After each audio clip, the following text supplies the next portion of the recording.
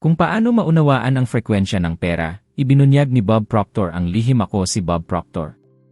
At marahil, ang sasabihin ko sa inyo ngayon ay magdudulot ng lubos na pagkalito. Sa wakas, inaamin na ng makabagong agham ang isang bagay na itinuro na ng salita ng Diyos libo-libong taon na ang nakalipas. Isang bagay na sadyang napakalakas, napakasimple, napakatuwid na sana ay binago na ang inyong buhay noon pa, kung nakinig lang kayo. Narito ang katotohanan, tunay na umiiral ang frekwensya ng pera. Nasasaad na ito sa banal na kasulatan. At ang agham ay ngayon pa lamang nagsisikap na makahabol. At bago pa man kayo mag-isip ng, si Bob, kalokohan yan, hayaan niyong magtanong ako, ilang beses na niyong nakita ang mga taong kulang sa talento, kulang sa pinag-aralan, at kulang sa pagkakataon, ngunit nagtataglay ng mas maraming salapi kaysa sa inyo. May lohikal ba itong kabuluhan? Wala. Ngunit may espiritual itong kabuluhan. At sa araw na ito, ipapakita ko sa inyo ang formulang nag-ahon sa isang taong walang-wala, ako, at nagdala sa akin sa tugatog. At si Jesus at ang Biblia ang naging pundasyon ng aking landas. Ako si Bob Proctor, at kapag pinag-uusapan ko ang tungkol sa pananaw, hindi ako nagsasalita tungkol sa isang magandang teorya o isang bagay na malayo sa inyong kasalukuyang buhay. Pinag-uusapan ko ang isa sa pinakamalalim na katotohanan na inihayag na ng salita ng Diyos, at sa loob ng maraming taon, ako mismo ay nagwalang bahala rito. Sapagkat, pansinin niyo bago ninyo tuluyang mabago ang anumang bahagi ng inyong buhay, bago kayo umabot sa panibagong antas ng pananalapi, bago ninyo maramdaman ang pag-iral ng kasaganaan, kailangan ninyong maintindihan ang isang simpleng bagay. Ngunit nagbabago ng lahat, hindi magbabago ang inyong buhay kapag nagbago ang mundo, magbabago ito kapag nagbago ang inyong pananaw. At hindi mahalaga kung gaano karaming takot ang dala ninyo, gaano karaming pagkakasala ang nararamdaman nyo kapag iniisip nyo ang pera. Gaano karaming pagkadismaya ang naipunan nyo sa pagsisikap na mangyari ang mga bagay, ang katotohanan ay ang pananaw ang pintuan patungo sa isang bagong realidad. Ito ay espiritual. Ito ay ayon sa Biblia. At ito ay siyentipiko. Naalala ko ang unang pagkakataon na talagang nagkaroon ito ng kabuluhan para sa akin. Ako ay lubos na nasira, mas malaki ang utang kaysa sa kinikita, at nagsisikap na mabuhay sa paraang alam ninyong marami ang pakiramdam na palagi kayong naghahabol, ngunit hindi kailanman umaabot. Para itong nasa loob ng isang madilim na silid, naghahanap ng pinto na hindi ninyo makita. At karamihan sa mga tao ay nabubuhay ng ganito sa loob ng maraming taon. Ngunit sa panahong iyon ng aking buhay, may nangyari. Si Leland Val Van de Waal, isang taong inilagay ng Diyos sa aking landas bilang isang guro, ay tumingin sa aking mga mata at sinabi ang isang bagay na hindi ko malilimutan, Bob, kung nagdurusa ka sa isang sitwasyon, ang problema ay wala sa mundo. Ang problema ay nasa paraan ng pagtingin mo rito. Nang sinabi niya yon, ako ay nainis. Marahil ito rin ay makakainis sa inyo ngayon. Sapagkat kapag tayo ay nagdurusa, ang gusto lang natin ay may magpatunay sa ating sakit. Ngunit sa halip, binigyan niya ako ng isang katotohanan. At ang mga katotohanan, kung minsan, ay nakakasakit bago magpagaling. Tinuruan niya akong ilagay ang aking problema sa sentro ng mesa, literal. Isulat ito, tingnan ito, at pagkatapos ay pumunta sa kabilang bahagi ng mesa at magtanong, paano titingnan ito ni Jesus? At marahil, ito ang tanong na hindi ninyo kailanman na itanong. Sapagkat, ayon sa estadistika, karamihan sa mga taong humaharap sa sakit sa pananalapi, mga bayaring huli, utang, kakulangan, pagkabalisa, ay tumitingin sa problema ng may takot, hindi ng may pananampalataya. Tinitingnan nila ang kanilang sarili ng may pagkakasala, hindi ng may layunin. Tinitingnan nila ang hinaharap ng may kawalan ng pag-asa, hindi ng may pag-asa. Napunta na ba kayo sa ganitong kalagayan? Nasulyapan na ba ninyo ang inyong sarili sa salamin at nag-isip, wala na itong solusyon para sa akin? Naitanong na ba niyo sa Diyos kung bakit may mga taong nagtatagumpay at mayroong hindi? Ang problema ay hindi kayo. Ang problema ay ang pananaw na natutunan ninyong dalhin. At hindi lang ito nagmumula sa inyong kasaysayan, nagmumula ito sa mga henerasyon. Nagmumula ito sa kung paano ninyo nakita ang inyong pamilya na humarap sa pera. Nagmumula ito sa mga pariralang narinig niyo noong bata pa, hindi nahuhulog ang pera mula sa langit, marumi ang pera, mahirap, ngunit tapat. Nagmumula ito sa isang mundo na nagkondisyon sa inyo na mas maniwala sa takot kaysa sa pananampalataya. Ngunit hindi sinabi ng Biblia na katakutan ang kasaganaan. Nagparami si Jesus ng tinapay. Ginawa ni Jesus na alak ang tubig. Tinuruan ni Jesus na ang buhay ay higit pa sa pagkain at damit, ngunit hinding-hindi niya niluwalhati ang kakulangan, niluwalhati niya ang pagtitiwala. At kapag binago ninyo ang inyong pananaw, magbabago ang lahat kasabay nito. Sinabi sa akin ni Leland, kung kayo ay nakakulong sa isang problema, tingnan niyo ito mula sa ibang anggulo. At pinalakas ito ni Earl Nightingale nang itinuro niya sa akin na ang mga salitang isinusulat natin ay mga simbolo lamang upang lumikha ng isang imahe sa isip. Napakalakas nito dahil nangangahulugan ito na ang paraan ng pagtingin nyo sa inyong buhay ay hindi nakapirmi, ito ay madaling hubugin. Maaari itong muling itayo. Muling bigyang kahulugan. Muling balangkasin. Ngunit bago pa man maganap ang anumang pagbabago, kailangan nyong magtanong sa sarili, paano ba ninyo tinitingnan ang pera? Nang may takot? Nang may pagkakasala? Nang may pagdududa? Na parang ito ay isang bagay na malayo, ipinagbabawal, o hindi karapat-dapat. Ang katotohanan ay karamihan sa mga tao ay natatakot sa pera, ngunit hindi natatakot sa kahirapan.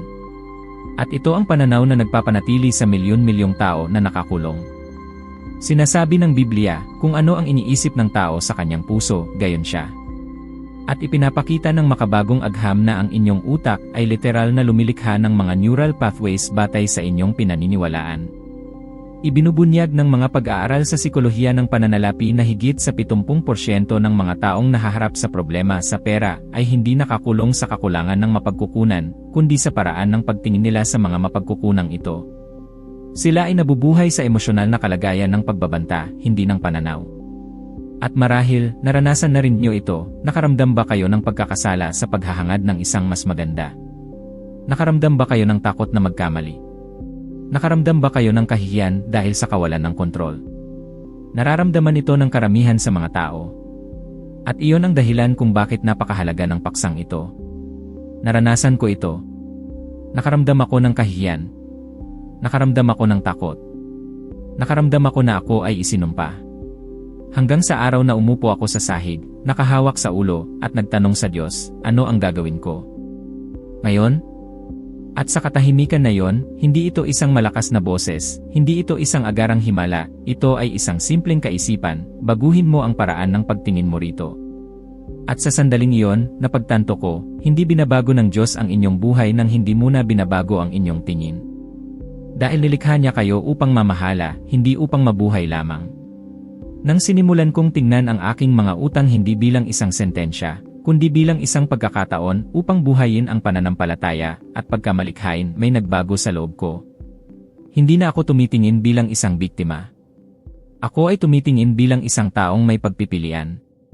At ang pananaw ang naging apoy na muling nagpasiklab sa aking imahinasyon, aking pananampalataya, aking pagkilos.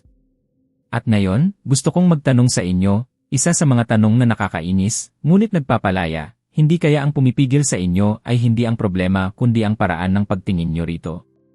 Kapag binago ninyo ito, may isang makapangyarihang bagay na mangyayari, ang inyong isip ay pumapasok sa ibang frekwensya.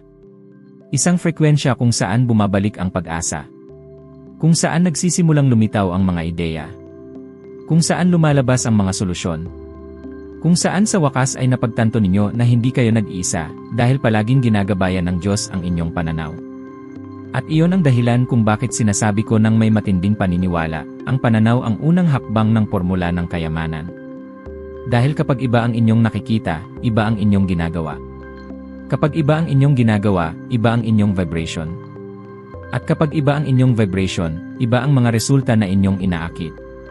At nagsisimula ang lahat sa sandaling magpasya kayong itigil ang pagtingin sa problema tulad ng pagtingin ng mundo at simulan ang pagtingin tulad ng pagtingin ni Jesus. Nagbabago nito ang lahat. At nagbabago ito ngayon. Ako si Bob Proctor, at kailangan niyong magbigay ng masusing pansin ngayon dahil kapag pinag-uusapan ko ang tungkol sa imahinasyon, hindi ako nagsasalita tungkol sa pantasya o sa murang positibong pag-isip. Pinag-uusapan ko ang tungkol sa kung ano ang inihayag ng salita ng Diyos bilang mismong mekanismo ng pananampalataya. Ang imahinasyon ang tulay sa pagitan ng inyong kasalukuyang buhay at ng buhay na nais ng Diyos para sa inyo. Karamihan sa mga tao ay hindi kailanman naunawaan ito, kaya naman patuloy silang nabubuhay ng mas mababa kaysa sa buhay na maaari nilang matamasa. Sinasabi ng Biblia na ang pananampalataya ay ang katiyakan ng mga bagay na inaasahan, ang katunayan ng mga bagay na hindi nakikita. At ako ay nagtatanong, paano ninyo mapapatunayan ang isang bagay na hindi pa nakikita? Sa pamamagitan ng imahinasyon. Ang imahinasyon ang panloob na pabrika kung saan inilalagay ng Diyos ang mga pangitain, ideya, pangarap at tagubilin. Ang isip ng tao ang tanging lugar sa paglikha kung saan ang hinaharap ay maaaring itayo bago ito umiral. Ngunit, sa kasamaang palad, halos lahat ay ginagamit ang imahinasyon sa pinakamasamang paraan upang lumikha ng takot. Mag-isip sandali, ilang beses na ninyong naisip na may mali bago pa man kayo sumubok? Ilang gabi na ang nasayang sa pag-iisip ng masasamang sitwasyon na hindi kailanman nangyari? Ilang beses na ipinakita ng inyong isip ang isang pelikula ng pagkabigo bago pa man nyo gawin ang unang hakbang? At bakit ito nangyayari? Sapagkat gumagana ang imahinasyon kahit ginagamit niyo ito laban sa inyong sarili. Hindi ito nagtatanong kung gusto ninyong umasenso o bumagsak, lumilikha lamang ito ng mga imahe na humuhubog sa inyong buhay. Napansin ko ito sa pamamagitan ng pagmamasid sa mga taong nag-uulit ng mga pattern. Iniisip nila ang mga bayaring huli at dumarami ang mga bayarin, iniisip nila ang kakulangan at lumalaki ang kakulangan. Iniisip nila ang mga krisis at tila dumarami ang mga krisis. Hindi dahil gusto ng Diyos, kundi dahil ang kanilang isip ang lumikha ng frekwensya ng kanilang buhay. At hindi lang ito espiritual, ito ay siyentipiko.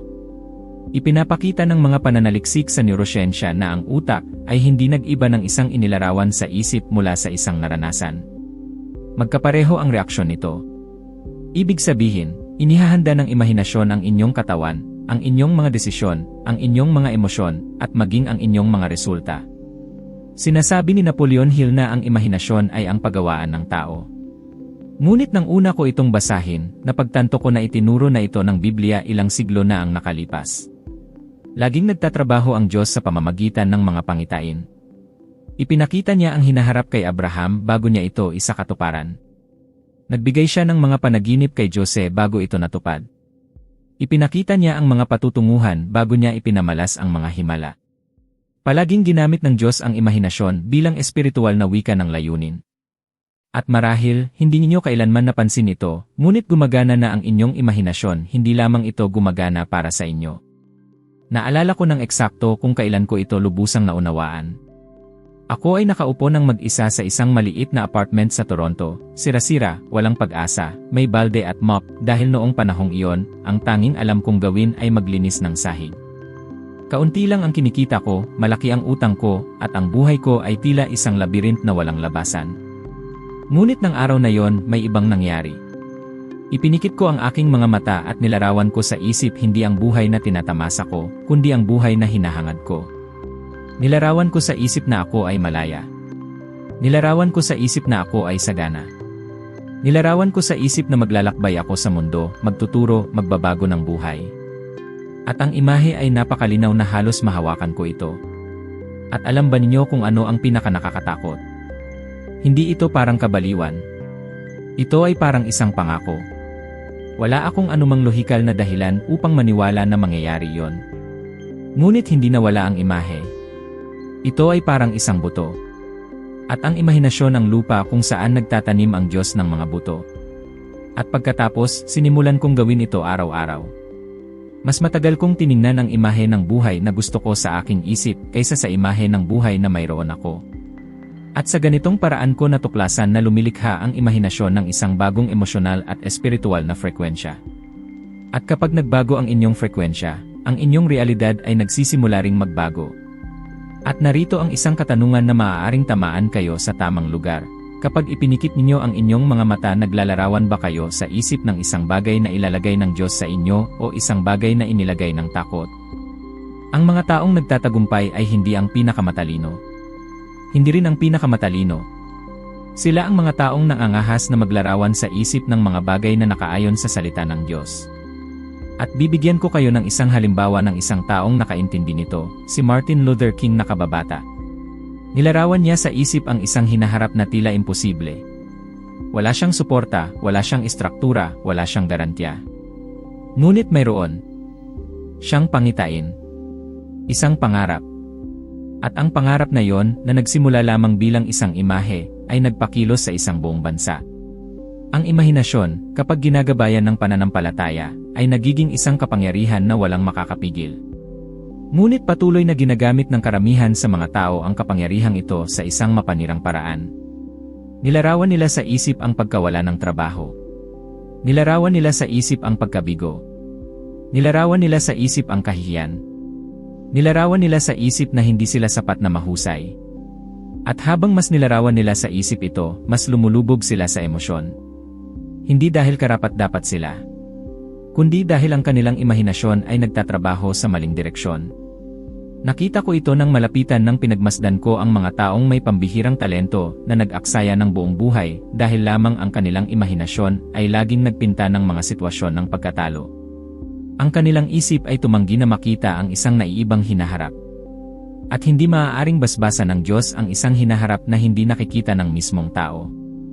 Ngunit kapag naunawaan nyo na ang imahinasyon ay pananampalataya na gumagalaw, nagbabago ang lahat. Ang imahinasyon ay hindi ilusyon. Ito ay espiritual na konstruksyon. Ito ay proyekto. Ito ay frekwensya. Ito ay parang nagpapadala kayo ng isang kikahilingan sa universo na kaayon sa kung ano ang inihanda na ng Diyos. At sinasabi ko sa inyo ang isang bagay na marahil ay hindi pa niyo narinig noon, ang imahinasyon ang patunay na nagtitiwala sa inyo ang Diyos. Kung binigyan niya kayo ng kakayahang maglarawan sa isip ng isang bagay na mas dakila kaysa sa inyong kasalukuyang buhay, ito ay dahil ang mas dakilang bagay na yon ay umiiral na sa isang lugar sa loob ng kanyang layunin. Ang imahinasyon ay isang tahimik na pag-uusap sa pagitan ng inyong espiritu at inyong kapalaran. At kung tatanungin niyo ako kung ano ang pinakamahalagang hakbang sa prosesong ito, sasabihin ko, damhin niyo na parang ito ay totoo na. Damhin niyo na parang isang taong nakalaya na sa mga utang. Damhin niyo na parang isang taong umasenso na. Damhin niyo na parang isang taong nabubuhay sa kasaganaan. Dahil ang pakiramdam na yon ang frekwensya ng katuparan. Ginawa ko ito sa loob ng ilang buwan, kahit walang pera, kahit walang patunay, kahit walang naniniwala. At ang paulit-ulit na imahinasyong iyon na sinusuportahan ng pananampalataya, ang nagbukas ng mga pinto, nagdala ng mga tao, lumikha ng mga pagkakataon, at nag-ahon sa akin mula sa kahirapan tungo sa isang buhay na, sa loob ng maraming taon, ay tanging nangahas lamang akong larawanin sa isip. At ngayon, nagtatanong ako sa inyo, anong imahe ang kailangan niyong simulan na dalhin sa loob ninyo ngayon? Dahil kapag binago ninyo ang inyong nakikita sa loob ninyo, babaguhin ng Diyos ang inyong nakikita sa labas ninyo. At nagsisimula ang lahat sa isang imahe. Ang tamang imahe. Ang imaheng ilalagay ng Diyos sa inyong puso. Mula roon ang frekwensya ng kayamanan ay magsisimulang hanapin kayo. Ako si Bob Proctor, at kailangan nyo akong pakinggan ng mabuti, dahil ngayon ay papasok tayo sa isang teritoryo na, sa loob ng maraming taon, ay pinagtatawanan, binaliwala, hindi pinaniwalaan hanggang sa huli ay inamin ng agham. Lahat ng bagay sa universo ay nagba-vibrate. At kapag sinabi kong lahat ang ibig kong sabihin ay ganap na lahat, kasama na kayo, ang inyong mga iniisip, ang inyong mga damdamin, at maging ang inyong kaugnayan sa pera. Kapag pinag-uusapan ko ang tungkol sa vibration, maraming tao ang nag-isip na pumapasok ako sa mistisismo. Ngunit ang katotohanan ay sinabi ito ni Einstein at sinabi ito ng Biblia bago pa siya. Sinasabi ng salita na tinatawag ng Diyos ang mga bagay na hindi umiiral na parang umiiral na. Iyan ay vibration. Iyan ay frekwensya. Iyan ay espiritualidad na gumagalaw. At nang naunawaan ko ito, hindi na kailanman naging pareho ang aking buhay. Iniisip ng karamihan sa mga tao na nakikipaglaban sila sa mga problema sa pananalapi, ngunit sa katunayan ay nakikipaglaban sila sa kanilang sariling frekwensya. Nagba-vibrate sila ng takot habang humihingi ng kasaganaan. Nagba-vibrate sila ng kakulangan habang nananalangin para sa kasaganaan. Nagba-vibrate sila ng pagdududa habang nagpapahayag ng pananampalataya. At imposible na mamuhay sa isang realidad na hindi tumutugma sa inyong vibration. Inaakit lang ninyo ang bagay na nasa pagkakasundo ninyo. At ako ay nagtatanong sa inyo, napansin na ba ninyo na sa mga araw na nagigising kayong stressed, tila nagiging mali ang lahat? At sa mga araw na nagigising kayong magaan ang pakiramdam, mas madaling dumadaloy ang mga bagay. Hindi ito nagkataon. Ito ay frekwensya. Sinasabi ni Einstein, itugma ang frekwensya ng realidad na inyong hinahangad. At idinagdag ko, itugma ang frekwensyang iyon sa salita ng Diyos at makikita ninyo ang mga himala. Ngunit karamihan sa mga tao ay nabubuhay sa mababang frekwensya, takot, pagkabalisa, pag-aalala, kahihiyan, pagkakasala. At iyon mismo ang mga damdamin na naglalayo sa inyo mula sa inihanda ng Diyos. Kapag iniisip niyo ang pera, ano ang inyong nararamdaman? Kawalan ng pag-asa. Sakit? Galit? Takot na mawala? Takot na hindi magkaroon? Kung nararamdaman niyo ang lahat ng ito, huwag ninyong sisihin ang inyong sarili. Naramdaman ko rin. Ngunit kailangan kong makawala. At kailangan din nyo. At narito ang isang tunay na halimbawa, hindi mula sa isang taong malayo, kundi mula sa isang taong nakita kong malapitan. Isang taong napakatalino, labis na may talento, na may mas maraming katalinuhan kaysa sa akin, at maraming bukas na pinto, ngunit ginugol ang kanyang buhay sa pagsasabing, paano kung magkamali ang lahat? Paano kung mawala sa akin? Paano kung hindi ito gumana? Nabuhay siya na naghihintay ng pinakamasama. Nag-vibrate siya ng pinakamasama. At, tulad ng isang magnet, inakit niya mismo ang kinatatakutan niya. Nawala ang lahat. Hindi dahil hindi nais ng Diyos ang pinakamahusay para sa kanya, kundi dahil ang kanyang frekwensya ay hindi kailanman tumugma sa buhay na hinahangad niya. Ang takot ay isang mapanirang vibration. Ang pagdududa ay isang nakakalawang na vibration. Ang kawalan ng katiyakan ay isang vibration na nagpapahinto. At marahil sa tahimik, yan mismo ang nararanasan niyo. Nagigising kayo na may bigat sa dibdib. Iniisip niyo ang pera at nakakaramdam ng pagkabalisa. Inilalarawan niyo ang pinakamasama bago pa man subukan. At nagtatanong kayo, sa kaibuturan, mayroon ba talagang inihanda ang Diyos para sa akin? Mayroon. Ngunit kailangan niyong pumasok sa kanyang frekwensya. Naunawaan ko lang ito matapos akong ganap na mabangkarote. Nagkaroon ng isang araw, at hinding-hindi ko malilimutan, na nagising ako na may ganoon kabigat na pakiramdam na tila masiksik ang hangin. Umupo ako sa kama, inilagay ang aking mga kamay sa mukha at nag-isip, hindi ko na kaya. Ito ay purong takot. Ito ay emosyonal na sakit. Ito ay kahihiyan, pagkakasala, at ang pakiramdam na masyadong maliit para sa mundo. Ngunit ng araw na yon, may hindi inaasahang nangyari. Habang humihinga ako ng malalim, sinusubukang bumalik sa sarili, isang parirala ang tumawid sa aking isip na parang kidlat. Kung gusto mong makaalis dito, kailangan mong baguhin ang vibration. At sa sandaling iyon, naunawaan ko, hindi ang mundo ang kailangang magbago. Ako. Nagsimula ako sa maliliit na bagay, pag-uulit ng mga talata sa Biblia, pagpapahayag ng pasasalamat kahit walang maliwanag na dahilan, paglalarawan sa isip ng buhay na gusto ko sa halip na katakutan ang buhay na mayroon ako. At alam ba ninyo kung ano ang nangyari? May nagbago muna sa loob. Nagbago ang vibration. Nagsimula akong makaramdam ng mas kaunting bigat. Nagsimulang lumabas ang mga ideya. Nagsimulang sumulpot ang mga tao. Nagsimulang magbukas ang mga pagkakataon. Dahil kapag binago ninyo ang inyong vibration, binabago ninyo ang inaakit ninyo. Ngayon, sabihin niyo sa akin, ilang beses na kayong nagdasal na humihingi ng kasaganaan, ngunit ginugol ang natitirang bahagi ng araw sa pagba-vibrate ng takot. Ilang beses na kayong humiling ng isang bukas na pinto, ngunit ginugol ang mga linggo sa pagba-vibrate ng pagdududa sa inyong sarili. Ilang beses na kayong humiling ng kalayaan sa pananalapi, ngunit nabuhay sa loob na parang isang taong nakakulong. Hindi nagtatrabaho ang Diyos sa frekwensya ng pag-aalala. Nagtatrabaho siya sa frekwensya ng pananampalataya. At ang pananampalataya ay hindi nararamdaman, ito ay pagpapasyang mag-vibrate ayon sa kanyang ipinangako. Nakita ko ito nang napakalinaw nang sinuri ko ang aking sariling nakaraan. Nag-vibrate ako ng kahirapan kahit sinasabi kong gusto ko ng kayamanan. Nag-vibrate ako ng pagkabigo kahit sinasabi kong hinahangad ko ang tagumpay. At ginagawa ito ng mga tao araw-araw nang hindi napapansin. Hindi sa pamamagitan ng bibig, kundi sa pamamagitan ng puso. Kapag nagbago ang vibration, nagbabago ang buhay. Kapag kumonekta kayo sa inyong hinahangad, iyon ay nagsisimulang kumonekta sa inyo. Parang sinabi ni Jesus, kung naniniwala kayo, makikita nyo. Hindi ito makita upang maniwala. Ito ay maniwala upang makita. Ito ay frekwensya. At marahil, nagtatanong kayo sa inyong sarili, Bob, paano ko babaguhin ang aking vibration kung nagdurusa ako? At sinasagot ko kayo ng tapat, eksakto nang ako ay nagdurusa nang natuklasan ko na ito ay posible. Dahil ng araw na yon, nakaupo ng mag-isa, sira-sira, nawawala.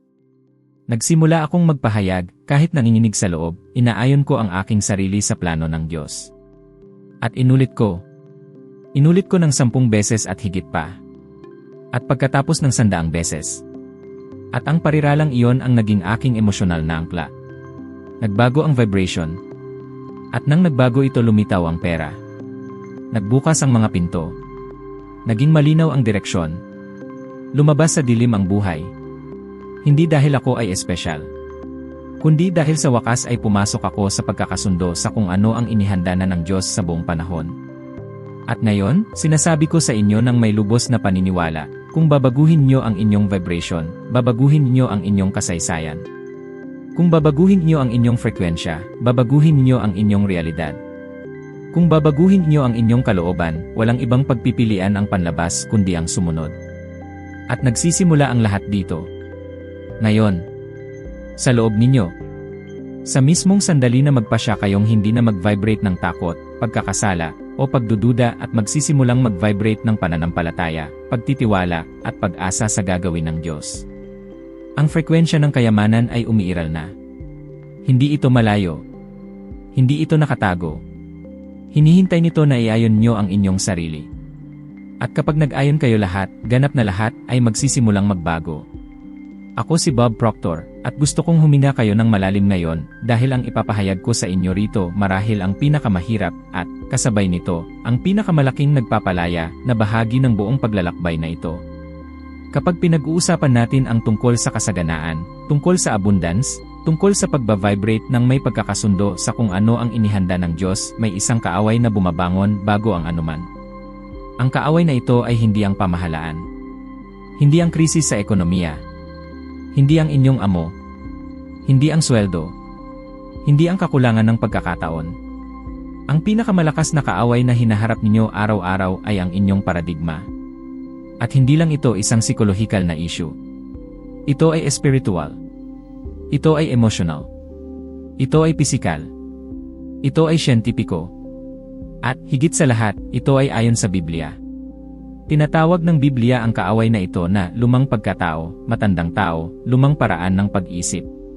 At malinaw na sinasabi, magbago kayo sa pamamagitan ng pagbabago ng inyong isip.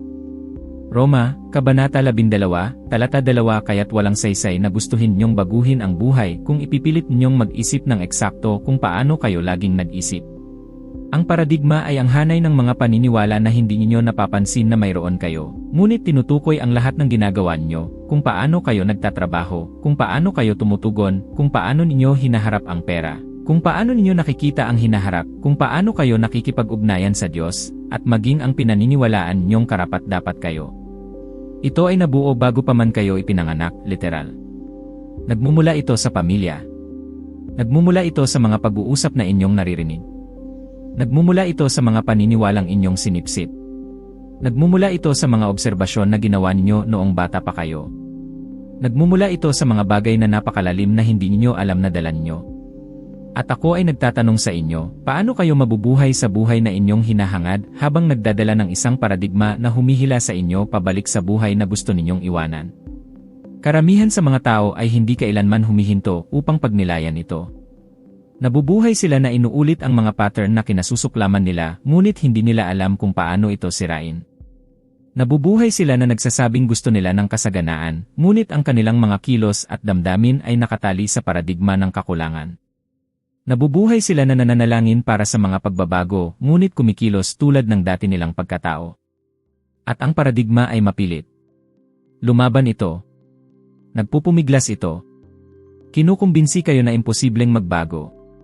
Pinaniniwalaan kayo na kayo ay masyadong maliit. Bumubulong ito, huwag ka nang sumubok. Hindi iyan para sa'yo. Hindi ka karapat-dapat. Hindi mo kailanman nakamit. Ang paradigma ay komportable kahit masakit.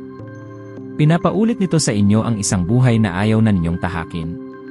At sinasabi ko ito sa inyo hindi bilang isang taong nag-aral ng mga teorya, kundi bilang isang taong nakipaglaban sa kaaway na ito sa loob ng ilang taon. Nagkaroon ng panahon na ipinapaniwala sa akin ng aking paradigma na ako ay isang bigo. Sinasabi ko, ipinanganak akong ganito.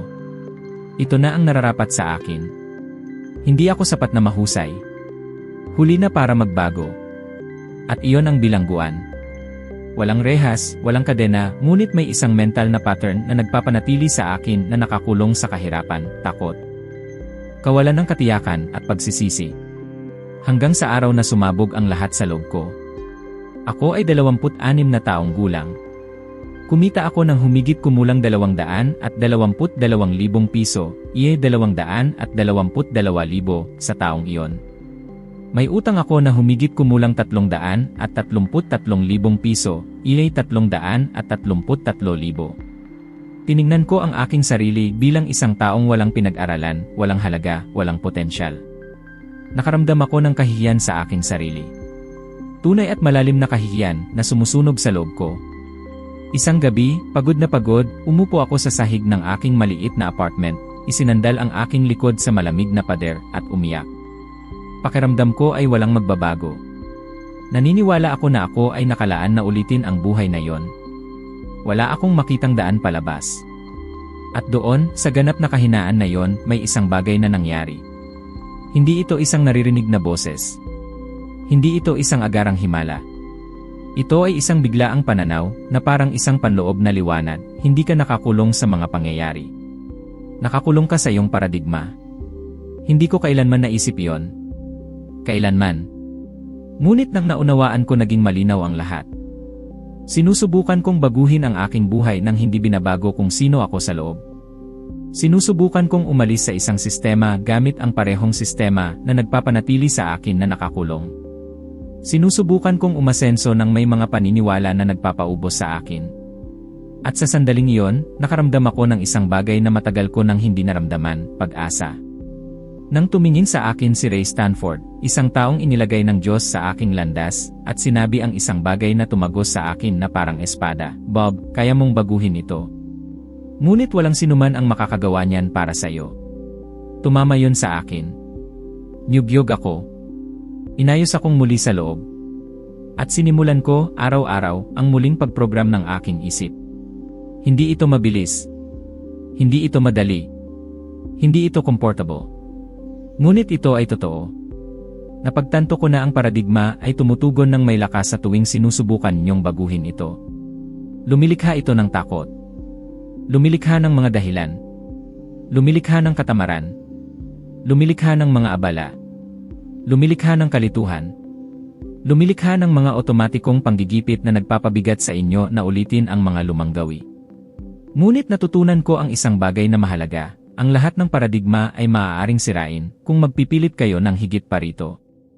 At marahil, nararanasan nyo ito ngayon, gusto ninyong sumulong ngunit may humihila sa inyo pabalik. Gusto ninyong umasenso ngunit pakiramdam ninyo ay nakaharang kayo. Gusto ninyong magkaroon ng pananampalataya ngunit sumisigaw ang takot. Gusto ninyong mamuhay ayon sa layunin ngunit ikinukulong kayo ng nakaraan. Hindi kayo. Ito ang inyong paradigma. At kapag naunawaan nyo ito, titigil kayo sa pagsisi sa sarili. Titigil kayo sa pagpapababa sa sarili. Titigil kayo sa pag-isip na kinalimutan na kayo ng Diyos. At mapagtatanto ninyo na nagsisimula ang pagbabago sa loob ng inyong isip, hindi sa labas nito. Sinasabi ito ng Biblia sa lahat ng oras, baguhin ang isip, baguhin ang panloob na pagkatao, bumuo ng mga bagong kaisipan, mamuhay sa pamamagitan ng pananampalataya, hindi sa pamamagitan ng paningin. Ito ang pagsira sa mga paradigma. Ito ay ang pagpapalit ng lumang sistema sa sistema ng Diyos. Ito ay ang pagpapahintulot sa banal na espiritu na palitan ang mga pattern ng takot ng mga pattern ng pagtitiwala. At may isang bagay akong magagarantiya sa inyo, isang bagay na nakita kong nangyari sa aking sariling buhay. Ang araw na sisirain nyo ang inyong paradigma ay ang araw na magbabago ang inyong kasaysayan. Dahil kapag binago ninyo ang inyong pinaniniwalaan, binabago ninyo ang inyong nararamdaman, binabago ninyo ang inyong vibration, binabago ninyo ang inyong inaakit, binabago ninyo ang inyong buhay. Ang pagbabago ay nagsisimula kung saan walang nakakakita. Ngunit agad itong lumilitaw kung saan nakikita ng lahat. At marahil ngayon, sa mismong sandaling ito, habang nakikinig kayo sa akin, napagtatanto ninyo na ang inyong pinakamalaking hadlang ay hindi kailanman ang mundo sa labas kundi ang mga paniniwala na nasa loob ninyo. At ito ay nagpapalaya. Dahil kung ang problema ay nasa loob, ang solusyon ay nandoon din. At maaari ninyo itong baguhin. Tulad ng pagbabago ko. Tulad ng pagbabago ng libu-libong tao. Tulad ng laging nais ng Diyos na magbago kayo. Dahil ang buhay na plinano niya para sa inyo ay hindi kasya sa paradigmang natutunan nyo. Ngunit kasya ito sa bagong isip na bubuin nyo mula rito. Kung may isang bagay na nais kong dalhin nyo mula rito, isang bagay na talagang maaaring magbago sa inyong buhay simula ngayon, ito ay, ang tunay na pagbabago ay hindi nangyayari kapag nagbabago ang mundo sa paligid ninyo, nangyayari ito kapag nagbabago kayo sa loob. Kapag binago ninyo ang inyong pananaw, kapag pinayagan ninyong iayon ang inyong imahinasyon sa inihanda na ng Diyos, kapag nagpasya kayong mag-vibrate ng pananampalataya sa halip na takot, at, lalo na, kapag hinarap at sinira ninyo ang inyong paradigma, lahat ay magsisimulang gumalaw para sa inyo. Ito ang sentro ng lahat ng ating pinag-usapan. Ang buhay na inyong hinahangad ay wala sa labas ng inyong maaabot, nasa labas ito ng inyong kasalukuyang pag-isip. At habang umaakyat kayo sa kamalayan, sa vibration, sa pananampalataya, at sa pag-unawa, ang inyong realidad ay tataas kasama ninyo. At dahil nakarating na kayo rito, gusto ko kayong imbitahan. Patuloy na sumulong. Patuloy na lumago. Patuloy na maging mas mahusay ng 1% kaysa sa inyong kasalukuyan. Ang susunod na video na lumalabas sa inyong screen ay ang inyong susunod na hakbang sa paglalakbay na ito ng karunungan at paggising. Palalalimin pa nito ang inyong natutunan ngayon at dadalhin kayo sa isang mas mataas na antas ng pag-unawa. Salamat sa paglalakad kasama ko hanggang dito. Hinihintay ko kayo sa susunod na video, at hindi na ako makapaghintay na makita kayong umakyat ng isa pang antas sa pambihirang paglalakbay na ito.